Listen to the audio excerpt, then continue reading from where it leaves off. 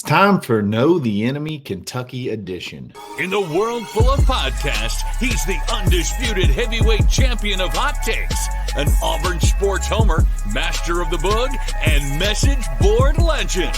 Get your buttons buttoned and your hats flattened because the Top Button Podcast is about to kick off. And you don't want to miss your courtside seat. Now, here's your host, Charlie Five. Yes, sir. We're back. It's another edition of the Top Button Podcast. I'm your host, Kyle Rush, a.k.a. Charlie Five. Happy game day. It's a big game day, critical game day for the Tigers. If you want to salvage anything, build any kind of momentum towards the end of the season, today is the day to do it. Auburn takes on the Kentucky Wildcats, traveling to Lexington in a raucous environment of, 50 to 60,000 people. Should be crazy. I caught a lot of heat for mocking that earlier in the year. So Auburn's going to get the chance to face it under the lights. So let's see what happens. Before we dive into what to expect from Kentucky, we got to give a shout out to Mybookie.ag. Use coupon code NEXTROUND for a double up deposit bonus. I'm not sure exactly what the spread is. I think it's almost close to a pick 'em. It's 2 or 3, 1.5, 2.5, something like that. But you can use that double up deposit bonus by using coupon code next round. Give them $200. They're going to give you another $200 back on top of it to play with. A lot of fun, a lot of different ways to bet, teasers, parlays. They got all your favorite stuff if you like doing those. And then you got live betting, first half, second half, all that good stuff. So check them out, mybookie.ag. So like I said, Auburn takes on Kentucky. As you're driving in, hopefully this will give you, if you're driving to Kentucky or driving to Lexington or traveling and you got some time, you want to know a little bit more about what to expect, who we're going to see, who's out, who's in, all that good stuff, then this is the place for you. So let's dive into it. So Kentucky, a lot of expectations this year, a big portal addition at quarterback that we're going to talk about in a little bit. Started off the year hot. One goes to take on Southern Miss, blow them out 31-0.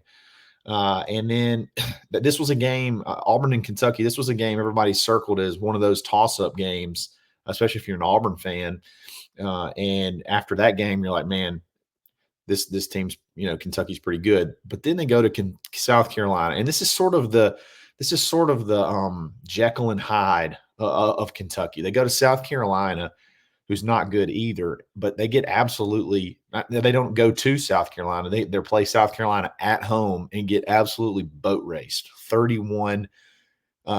And South Carolina at times has been as poor on offense as Kentucky. So then you're like, what kind of team is this? And sure enough, Jekyll and Hyde, then the very next week at home versus Georgia, they have a lead against Georgia late into the third quarter. And end up falling at 1 point short, 13 to losing to Georgia 13-12, holding Georgia to one of their fewest offensive outputs of the season.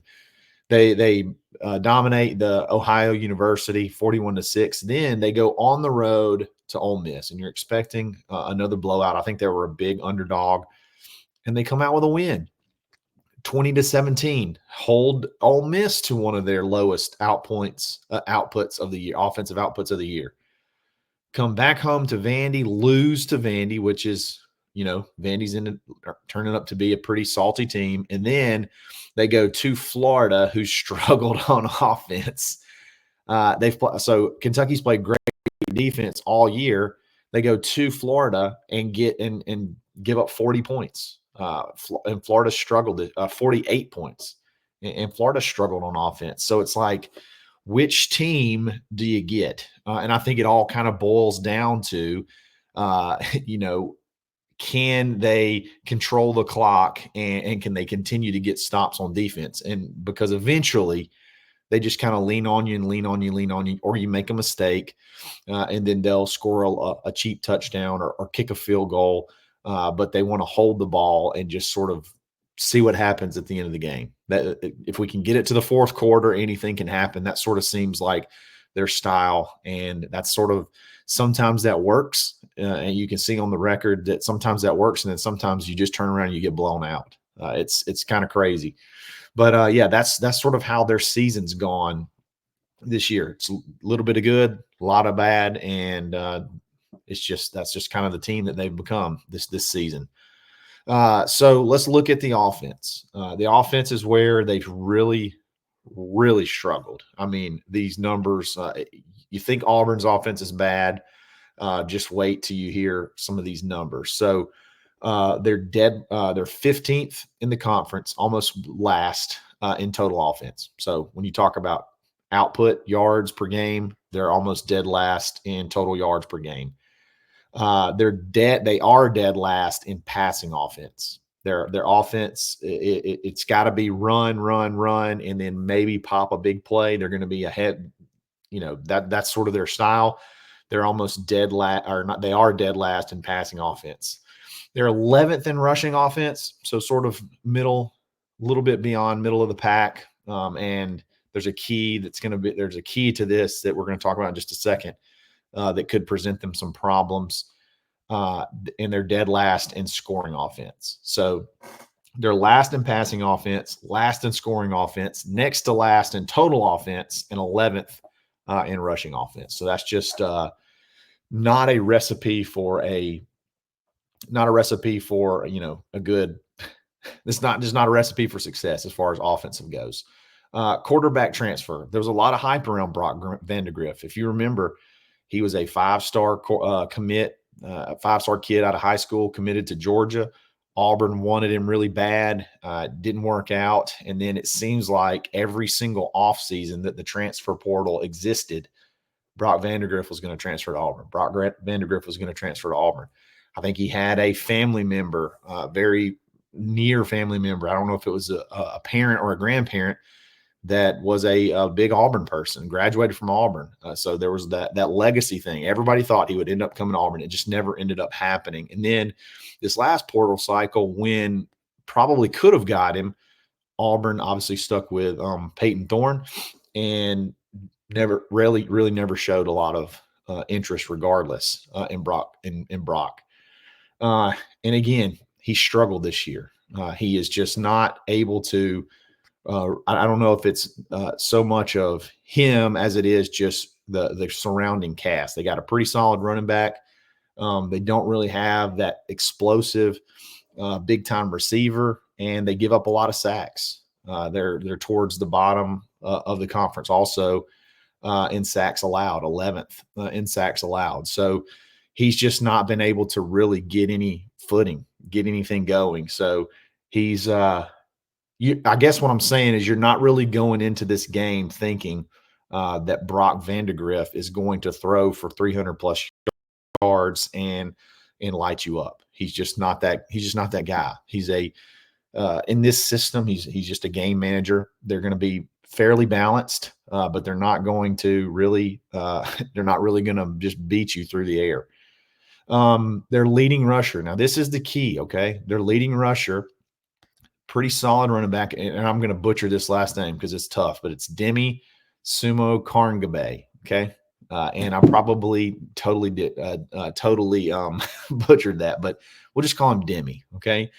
Demi's sort of, top 10-ish in rushing in the conference. You got a ton of dudes that get carries, but he's their feature back. He's 215 pounds, big guy, pounder.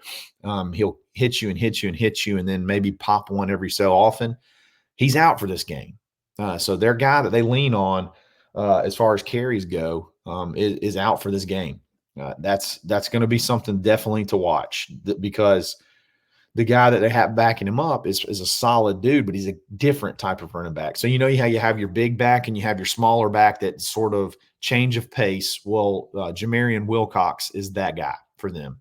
He's, under 200 pounds, redshirt freshman, but he's more of your change of pace type back, whereas Demi's going to be the sledgehammer and punch you in the face. So you're going to have to go to Jamarian, and I assume some other backs as well, but Jamarian's probably going to be the one that gets the key amount of carries in this game. So can Kentucky establish that physical running game with a little bit smaller back. That'll be very, very interesting to see because Auburn typically plays fairly good against the run. So that's going to be, again, I mentioned it earlier, 11 sacks allowed. That's 11th in sacks allowed. I think they've given up 17 sacks. And Auburn, has started to kind of really ratchet up the pressure. You saw last game, I think they had 5 total sacks, creeping up in the conference on sack numbers. So that could be something that could really be a benefit to Auburn. Can they get pressure on Brock when he does have to throw the ball and force him into making some mistakes? So offense is something that's going to be, I would say, advantage Auburn here, offense versus defense. So that's going to be something definitely to watch. Let's switch over to the defense, okay? Because the defense is where they make their money. The defense is where they make things happen. This is what keeps them in games. Okay, listen to these stats. Okay, as bad as those offensive stats were, listen to these defensive stats. 4th in total defense, and you've played Georgia and Ole Miss. You've played some offenses that can score points. Okay, 4th in total defense, 3rd in passing defense, which is interesting, and 5th in rushing defense, 8th in scoring defense. So they're really towards the tops of the conference in almost every single defensive category. They're very, very good at defending the pass. Very, very good at defending the pass. And it's pretty unique to see a team that's better defending the pass than they are defending the run. But this is Kentucky. They would almost rather you throw the ball, which is going to be interesting to see because in Auburn's offense, the way the RPO and the way things work is Kentucky could almost force Auburn into throwing the ball by showing more guys in the box. They could bring more guys in the box to sort of force that RPO to the pass. And that may be what they want to do. So that's going to be something that's going to be interesting to watch. How does Auburn game plan for that if Kentucky is sort of not baiting, but Kentucky says, we'd rather you throw the ball. We'd rather you throw the ball. So we're going to show you the box numbers that would make you, when you have to go through your decision-making process, that we put you in a run scenario.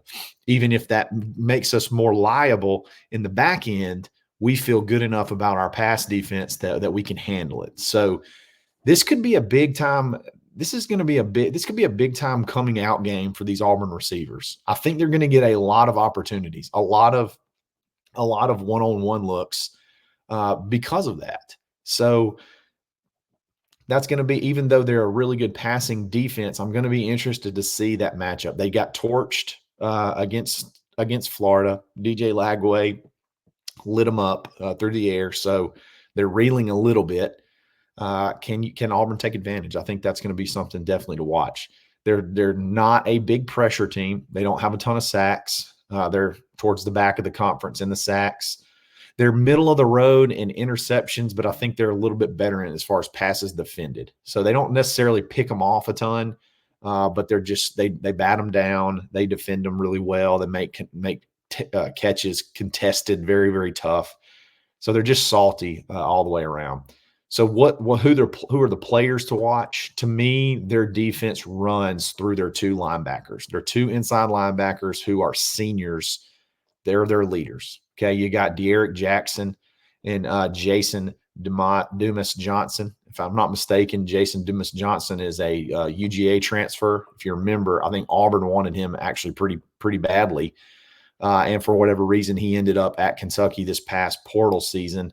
He enrolled in January. So those 2 guys, they're towards the tops of tackles.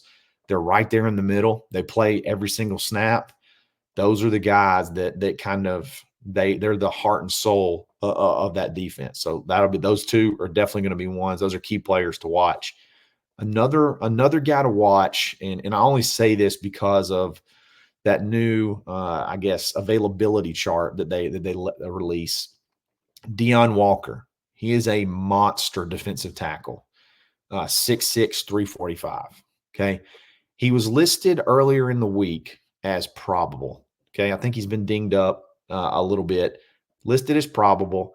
It was downgraded on the final availability report to questionable. So, how available is Deion Walker? When you're talking about a team that wants to sort of dare you to pass the ball because we got a really strong run defense, and if they can show you that it's going to be tough to run on them and force you to pass, Deion Walker's big as far as that whole mindset goes. Like, he not only literally but figuratively as well. He's big in that whole run stopping operation. So, how effective is he going to be if he is injured, dinged up? I'm sure, obviously, adrenaline and everything will get you going, but to be downgraded from probable to questionable is pretty serious. So I assume it's probably going to be more around a game time type decision. So we'll see how that goes. But bottom line, they're a pretty dang gum salty defense. You're going to have to. You're not going to be able. They're not going to beat themselves. You're going to have to make plays on the road under the lights to be able to win this game. That's the key matchup. Auburn's offense versus their defense. Because I think Auburn's defense can handle their offense. I would say advantage Auburn defense in that matchup. But their defense versus offense, I'm very, very curious to see how that matchup plays out. So Auburn, typically, the yards have been there. The explosive plays have been there. The yards per play has been there. You just haven't been able to protect the ball or take advantage in crucial situations, whether that be in the red zone, in the kicking game, scoring touchdowns. Auburn's sort of towards the bottom of the conference in scoring touchdowns in the red zone. Some of that's because they score from further away, but still, when you get opportunities to get to the red zone, Auburn doesn't necessarily take advantage of them as well as they should. You heard Hugh last week say that Alex McPherson would be taking over the shorter yardage kicking. So when you do get in that red zone, you got, in theory, should he, feel good and not have any flare-ups, he should be the guy that's kicking in the red zone. So you feel a lot better about that if you can get to the red zone. And then Towns would obviously take anything, deeper as well as kickoff opportunities. So it's going to be a fun game. It's big, man. This is next week against Vandy is shaping up to be a massive recruiting weekend. You're talking a lot of your commits are coming. It's been a month since you've had a home game. So as many commits as possible are coming. Some 2026 guys, the number one player in the 2026 class is going to be there, plays at the same high school as Blake Woodby and Bryce Diaz. And then you've heard talk of, Justice Terry, another 5-star defensive tackle that you're really pushing hard for. That's everybody's perceived to be a heavy Georgia lean. If you can win this game, go into that Vandy game with a little bit of momentum and win that one in front of all those recruits, I think you can show, especially with all the young guys playing, you can really show that, hey, we've got some positive momentum. We're still rebuilding, but look at all these young faces that are making plays, and you can come be a part of it. That's why this game's so important. This is, people act like that, the season's trashed. And as far as like championship aspirations and all that good stuff, you're right. Okay. The season's gone, but there's still a ton to play for as far as building this thing for the future. And I hope that starts today. So I feel like it's really hard to know which Auburn team will show up, especially on offense, but it feels like you got to get out there and just coach and let it rip. And this is a good game to do it against. Just get out there, no fear, rip it up and down the field, give it to your playmakers, and then obviously pound Jarquez when this situation requires it, and don't turn the ball over. And you probably got a good chance of winning this game. This is not a great Kentucky team. I'm just going to go ahead and say it. So if you can't win this one, you're in very bad shape for the rest of the year. So this is a game. This could be a little turning point to build some momentum.